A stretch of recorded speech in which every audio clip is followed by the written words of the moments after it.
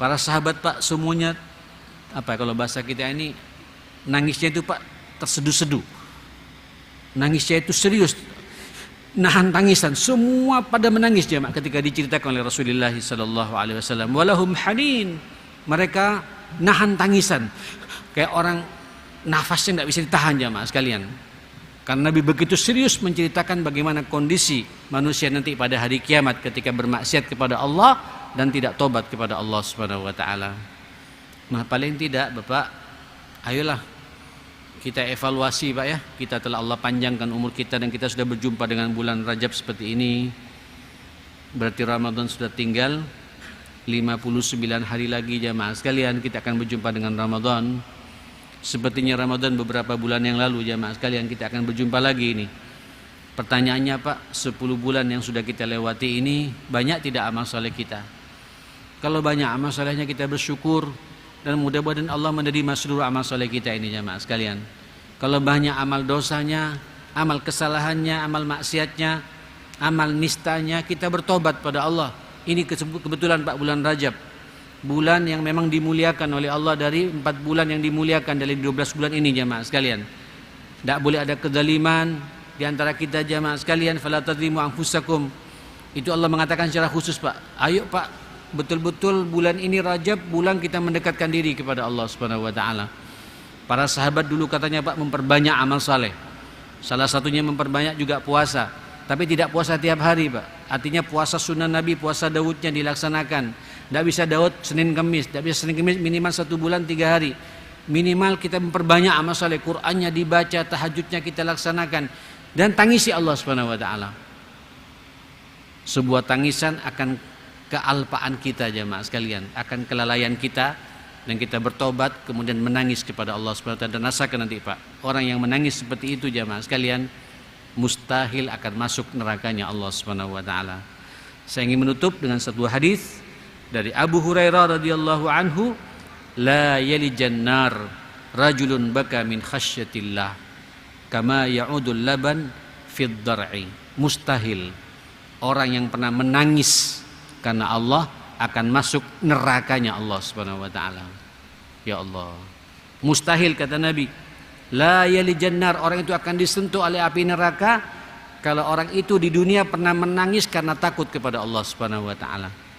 Sebagaimana mustahilnya Pak air susu ketika Bapak kalau punya kambing Pak, perempuan betina, kemudian sambian peres tempat susunya itu jemaah sekalian, teteknya kambing itu kami peres, keluar susunya Pak. Kira-kira susu ini bisa nggak dikembalikan lagi ke lubang tetek kambing itu jemaah sekalian? Sama seperti itu jemaah sekalian. Mustahil orang di dunia ini kalau pernah menangis karena takut kepada Allah, apakah takut disebabkan dosa yang dia perbuat kemudian dia mendekat kepada Allah dan menangis?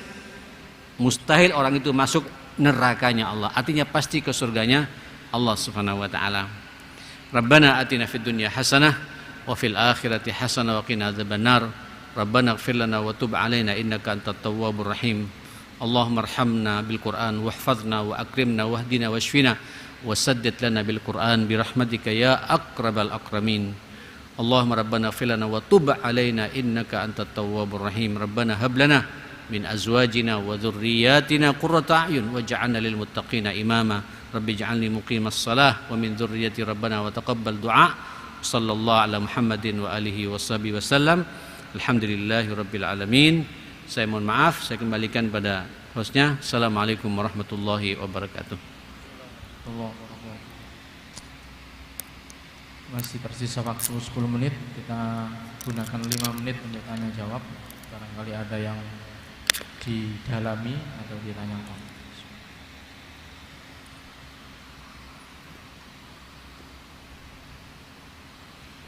Assalamualaikum warahmatullahi wabarakatuh. Mohon maaf Yai, refreshing. Agak dekat dikit.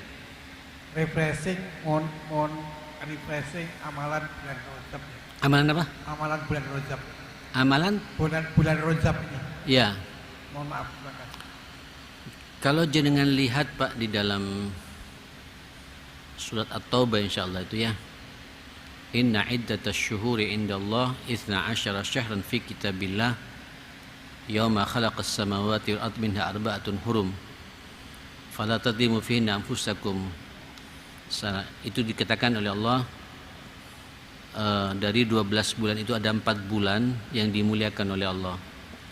Salah satunya Pak, mulai malam ini kita berada di bulan apa? Di bulan Rajab. Jadi Rajab ini termasuk bulan yang dimuliakan oleh Allah Subhanahu wa taala. Ya.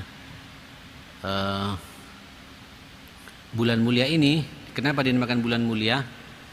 Dulu katanya orang-orang Arab Pak, ketika terjadi perang begitu masuk Rajab, semua agama Pak, Yahudi, Nasrani, apalagi Islam datang, itu mereka langsung gencatan senjata Pak. Ada kesadaran karena ingin memuliakan apa? Bulan ini jamaah sekalian. Jadi agama samawi semuanya sepakat. Rajab, Sya'ban tidak masuk, Ramadan tidak masuk, Syawal juga tidak masuk, kemudian berturut-turut berikutnya Dzulqa'dah, Dzulhijjah dan Muharram.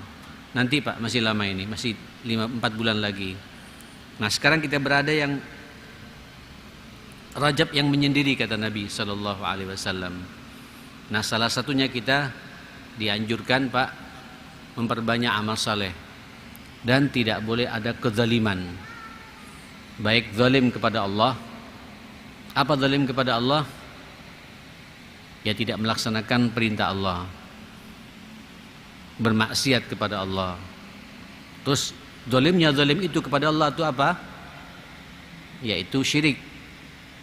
Ya bunai la tusyrik billah inna syirka la zulmun azim. Sesungguhnya syirik itu adalah kezaliman yang paling dahsyat di mata Allah.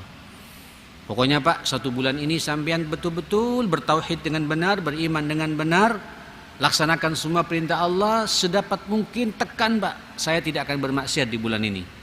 Ini bulan kemuliaan dari Allah Subhanahu wa taala. Kalau sampean ingin dimuliakan oleh Allah Pak, muliakan bulan ini dengan berbanyak amal saleh dan tidak boleh ada kezaliman. Pertama, zalim kepada Allah. Yang kedua, zalim pada dirinya sendiri.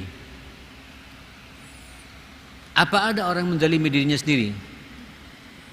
Banyak Pak. Ya. Salah satunya orang yang merusak fisiknya.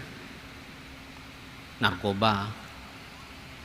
Malam jam 10 seharusnya tidur, dia tidak tidur, lihat YouTube terus sampai jam 1 dini hari. Bangun-bangun sempoyongan, subuhnya terlambat. Berarti dia menzalimi dirinya, ya, menzalimi fisiknya, ya, menzalimi akal pikirannya. Banyak Pak, minum minuman keras dan lain sebagainya. Itu orang-orang yang zalim pada dirinya Pak. Ini kalau terkait dengan masalah fisik. Termasuk ketika dia bermaksiat, berarti dia telah menceburkan dirinya untuk mendapatkan azabnya Allah. Wa ma zalamahumullah walakin kanu anfusahum yadzlimun. Sekali-kali Allah tidak akan menzalimi hambanya, tapi kebanyakan manusia ini menzalimi dirinya sendiri. Nah, yang repot ini Pak, kezaliman yang ketiga, apa itu? Zulmun nas li ghairihim. Zalimnya manusia kepada selainnya. Pertama, zalim kepada sesama manusia. Tolong yang punya orang tua ya, jangan dizalimi. Jangan dibuat sengsara orang tua itu.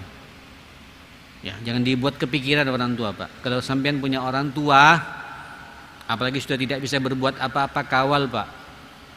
Kalau sampean membiarkan, sampean zalim kepada orang tua. Ingat, tidak ada orang tua, tidak ada kita. Berbaktilah pada orang tua. Yang kedua, zalimnya kita kepada istri, atau zalimnya istri kepada suami. Hati-hati. Tolong jaga kewajiban masing-masing dan perhatikan hak masing-masing, biar tidak ada kezaliman dalam suami istri ini. Yang ketiga, zalimnya orang tua kepada anak. Anak sampai besar orang tuanya tidak mengajarkan dia baca Quran. Anak sampai besar, sampai anaknya besar dia tidak tahu bagaimana sholat dengan benar. Hati-hati ini Pak. Ini bentuk zalimnya orang tua kepada anak. Sebelum menyalahkan anak, tanyakan barangkali kita yang zalim Pak kepada anak kita, ya, dan lain sebagainya ya. Kemudian zalimnya kita kepada kakak adik kita.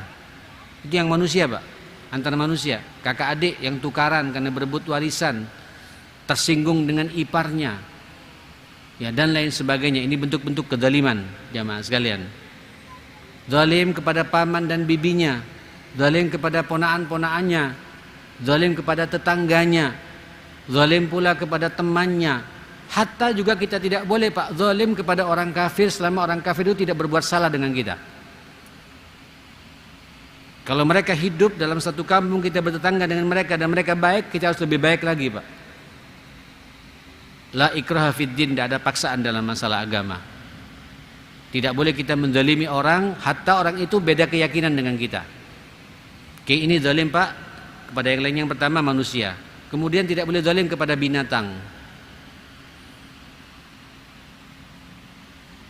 Sampai yang kemarin dengan ceritanya Pak ya, ada orang masuk surga karena menyelamatkan anjing yang sedang kehausan kemudian diberi air Pak. Orang itu bisa masuk surganya maaf sekalian.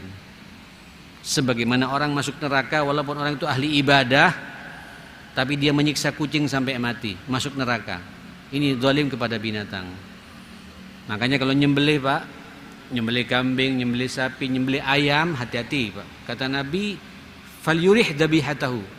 Sekali nyembelih langsung mati jamaah sekalian. Maka tajamkan kata Nabi pisaumu itu, golokmu itu ketika menyembelih binatang.